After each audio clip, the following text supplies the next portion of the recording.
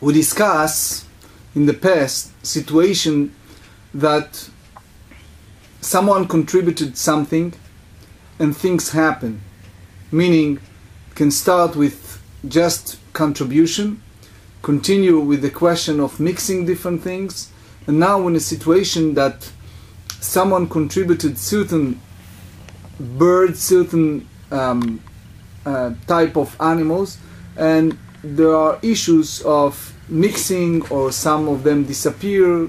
For example, if you have birds, and usually birds coming out in some type of nest, and there are pair in a nest, and the Torah in many locations asks to bring the pair as a pair, especially if someone contributed as an offering that require a pair. But while it was a dedication to that pair, one of them disappeared. For example, what should we do? Can we substitute with another?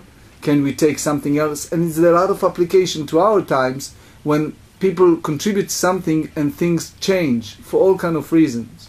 Can be in a value, can be in a disappearance, can be in something that happened on the process to make it happen. So here is the Mishnah as an example.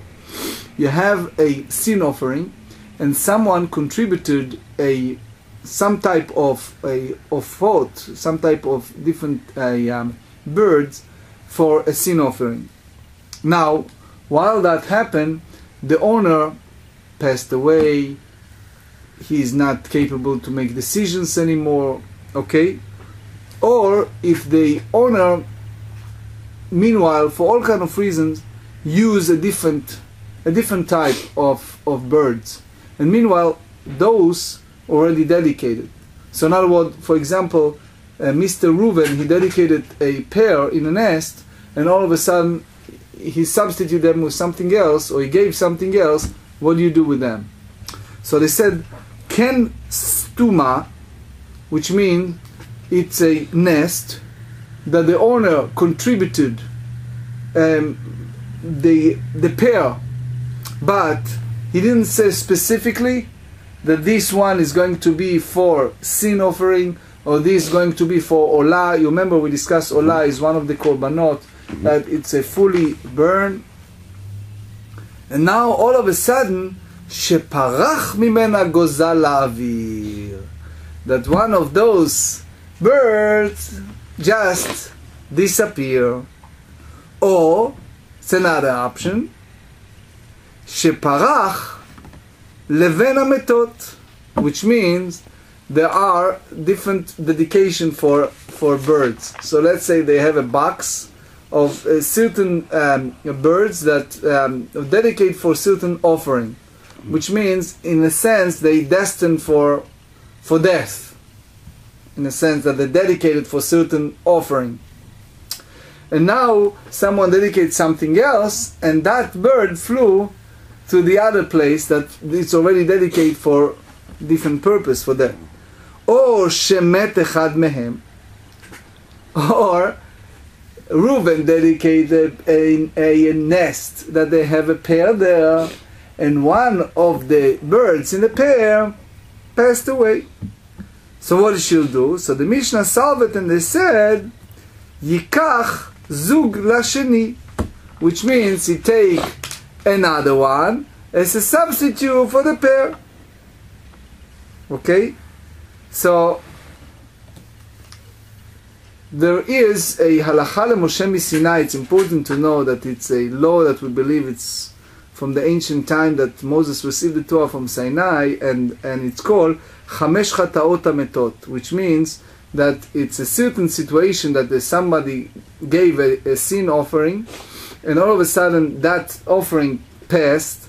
So in a sense that if it's a chatata off, if it's a bird sin offering, they said it's also applied in that sense, that it's halacha Moshe Sinai.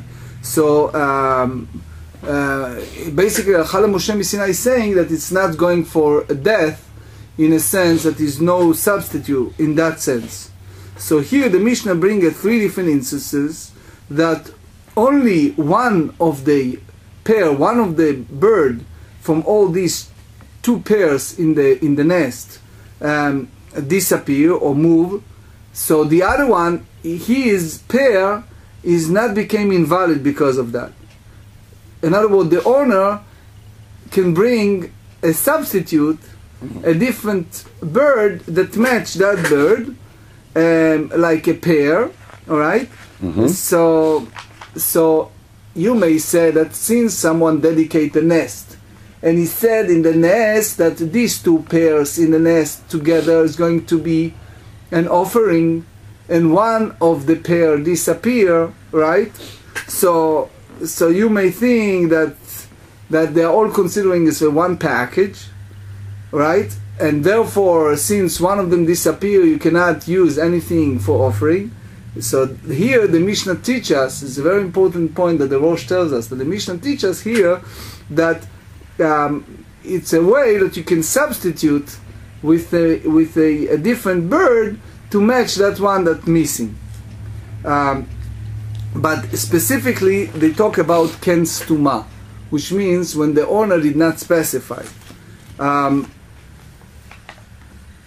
In general, ken meforeshet, if someone spelled it out and said it specifically, it's a different halacha, because you know exactly where the bird disappear. But here is a ken stuma, which means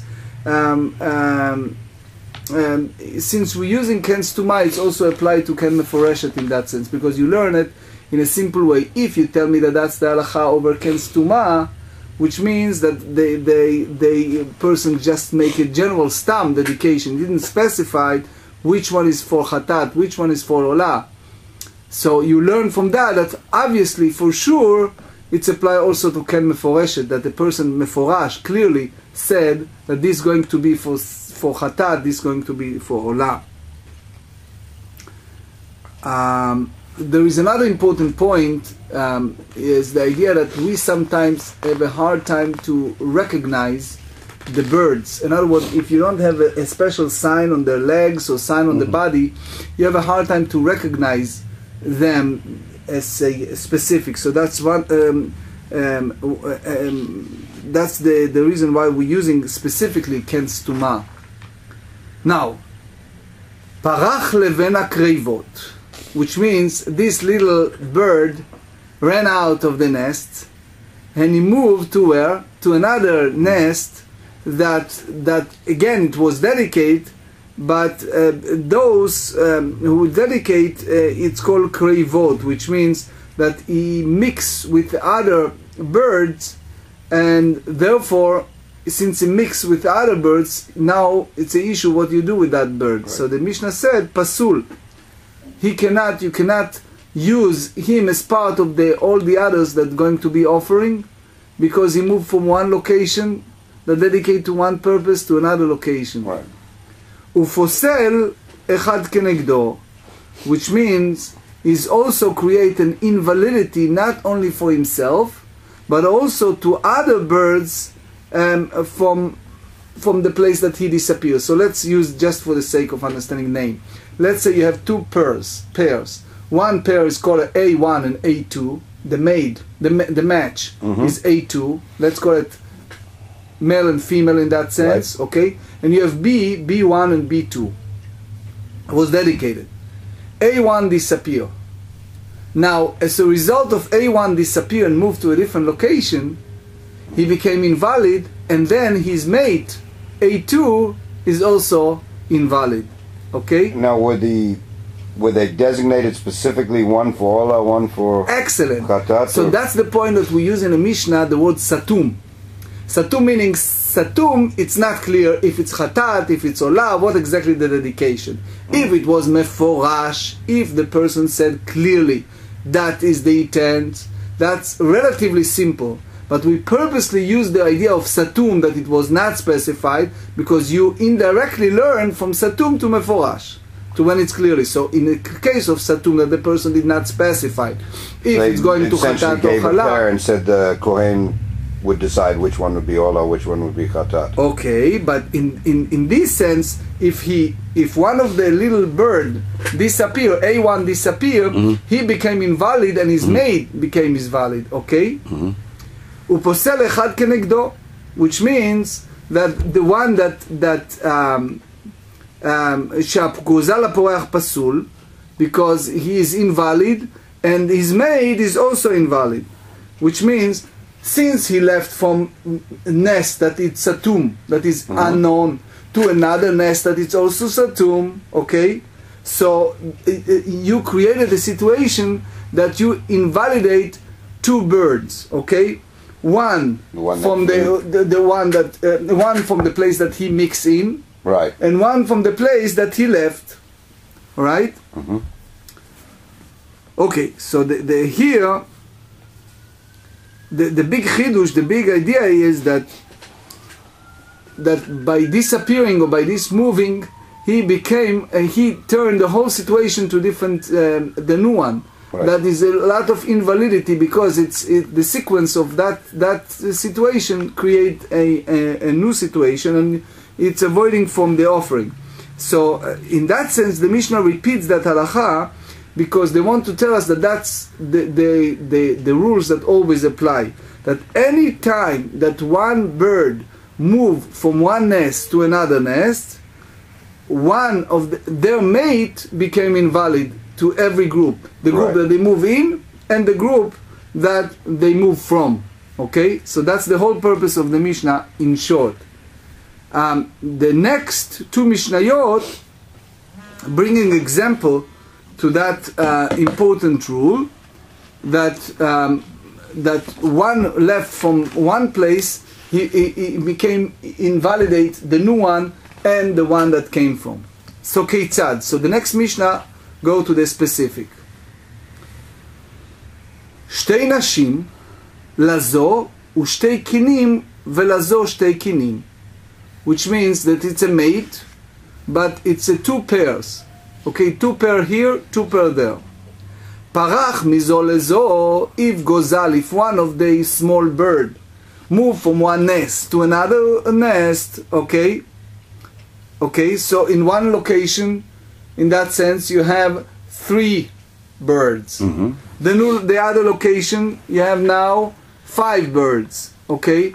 So the one who move, posel echad, he make one nest invalid from the 4, bahalichoto, by his moving from the one group to another group, which means that you have to bring 2 pairs from the 3 of the first group and 4 from the 5th group. So it means that the 2 birds became invalid because it's altogether one of the 4.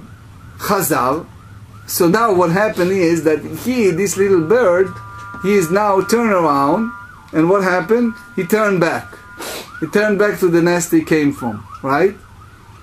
So now it's again, you have 4 birds, 2 pairs. We don't know it's the same bird necessarily that flew back, right? It could have been any of the birds from the... it's a good point. According to our understanding here, it's the same bird. Oh, okay. It's the same bird that returned. So meanwhile, before that, he invalidates. Just in the English translation, they do say if it or another bird from the second group flew back into the original group. Okay. So they do, yeah, but it's not in the text. That's just their enhancement. So it's their announcement. So in other words, they mean to say that it's not necessarily the same one. I mean, I think the understanding is you can't distinguish between the birds in there, so you don't know if it's the same one. You don't know. You assume that there are 2 pairs. Right. Okay, good. So what happened here? Posel echad b'chazirato. Because exactly the way that we just said, because you don't know, right? So if you bring a chatat or la from each ger, you have to bring another one. So you don't know exactly which one belongs to what. So it's mixed up with all of them. Parach v'chazar ufarach v'chazar. If you move from one location to another and then come back and then the same thing twice, several times, לא יפסיד כלום. It didn't change any situation. שאפילו אין מעורבות, that even all these 4 different nests are mixing, okay, אין פחות מ2. You don't bring less than 2 pairs. Right?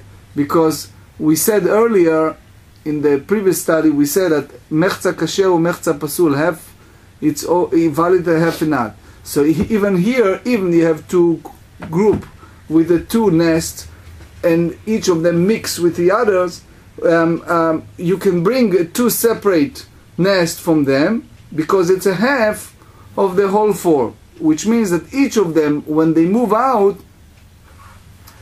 it's not create a new situation, because the amount of the birds you have there, it remain the same. Okay? So after we make this assumption, this foundation, that if one small bird move back and forth from one group to another, so now the Mishnah go to a little more complicated, which is you have 7 different group of nests that in different locations, and you have this situation with the female male, right? Lazo achad velazo shtayim, this one 1, this one 2, velazo shalosh, velazo arba, velazo chamesh, velazo shesh, velazo sheva. You have 3 and 4 and 5 and 6 and 7. Parach min harishona lashniya, if one little bird move from one nest to another nest, and then he move he himself or another bird lashlishit.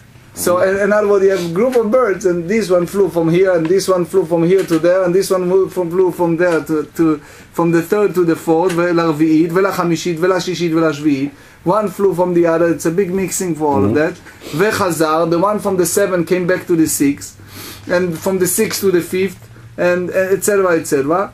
Posel echad balichato ve'echad bachazirato, which means it created a situation that all the pair of that bird became invalid every time he goes out and every time he goes in, which means every group of nests that he move in from one group to another group, they lose the mate, they lose another one. Okay, so in other words, when he left the one group until he go to the 7th one, he make invalid each and every group by moving there. All right, from the 2nd to the 6th, because each and every time one of them, one little bird, move out, right? So make a, so the only one that left in the first one, it became invalid because of that. So now you have altogether, if you talk about 7, so you have now 15 birds, right? 15 birds altogether, and one of them became invalid because one moved into another group. So now let's a little bit elaborate on that, just to get it clear, the whole point. The first group that you have only one birds there, right? She lost even that one, okay?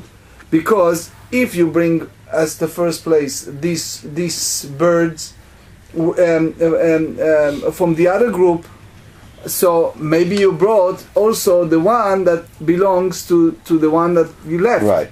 So since you don't know which one came from whom, right? So you make the one who left over, for example, chatat, the sin offering. Or if you make it chatat, sin offering, so you need to make the other one olah. Right.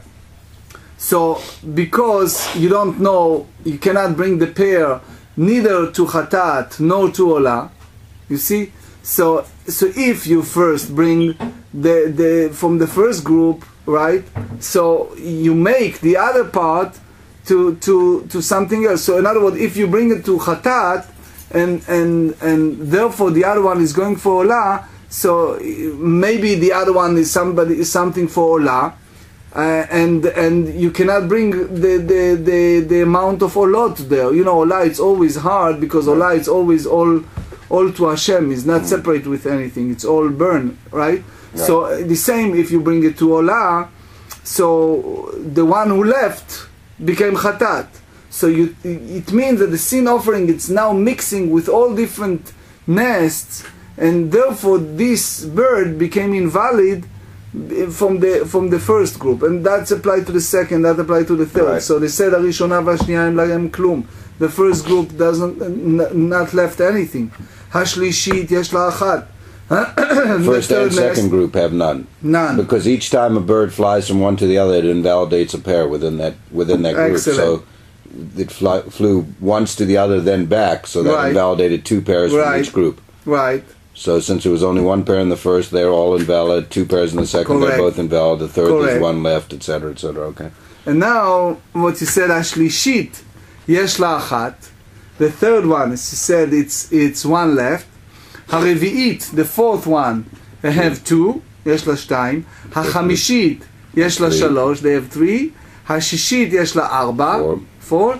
והשביעית, because only 1 bird come out of her, so יש לה 6, they have 6. Because after the little one flew from the 7th to the 1st, so the whole account of all these nests became used to be the original. So since you don't know which one moved to whom, right? So therefore the first group became invalid. Now the Mishnah concluded and it said, Parach, Chazar, v'chazar. If one of the birds moved from one group to the 7th group and he returned, so posel echad ba'alichato ve'echad b'chazirato. He made one nest invalid when he moved out and one nest invalid when he come back. So what's the conclusion? So השלישית והרביעית אין להם כלום, החמישית יש לה 1, השישית יש לה 2 והשביעית יש לה 5. Which means the third, the fourth have nothing, the fifth they have only 1, the sixth the 2, and the 7 have 5. And the same as the third time, parach v'chazar. If one of the small bird move from the third time from one group to another, posel echad ba'alichato ve'echad b'chazirato. He made one nest invalid when he left and one nest invalid when he came back. So now in conclusion, החמישית והשישית אין להם כלום. The 5th and the 6th nest is nothing. והשביעית יש לה 4. So each and every time that you have all these mix issues, then you have an issue of how you defined it. So you see that according to Tanakama, the first version, which is usually it's Rabbi Meir, is the idea that if someone left from the 1st to the 7th and returned, so the first group is 0, the second group is 0, the third is 1, the fourth is 2, the fifth is 3, the 6th is 4, and the 7 there are 6. But if he moved from the second nest to the 7th, so again the first, the second, the third, and fourth is 0, invalid, yeah. And only the 5th is 6, the 5th is 1, the 6th is 2, and the 7 is 3. And the same if we said that he flew from the 3rd to the 7th, so all the first 6, 1st, 2nd, 3rd, 4th, 5th, 6th is 0, and only the 7th they have 4 in that count. So the Mishnah concluded and it said, ויש אומרים, and there are those who have the opinion, השביעית לא הפסידה כלום, the 7th nest did not lose anything, ואם פרח מן המתות, if one of the bird move out from those that it's already designate for death, in a sense they're already to be slaughtered, right? לכולן, which means that all the previous group of nest, and you don't know which one is designated, הרי כולם ימותו. So therefore, because it's mixed and you don't know, so it makes everything invalid. But those are there left to die because they're invalid. The left with, originally speaking, they were originally offered as an offering, but because for some reason they were invalidated, I think I read earlier that then they would have to be left to die. The Aphrodite, it's not just left to die. The idea is that because they are invalidated, so there is a law that is called ta'arovet ba'alei chayim. When you have a mixing of different animals, so we say that en la bitul, which means since you don't know which one belongs to whom, so then you have to have the assumption that it says even like 1 in 10,000, then all of them. I think in that sense, yes. Yeah. In that sense, yes. Let's continue because it's continue Daf Yomi. So they said up to this point, we're dealing with a situation that one flew from different group of Kinnim stumot, which means the person did not specify which one belonged to which nest, and it's just a general statement.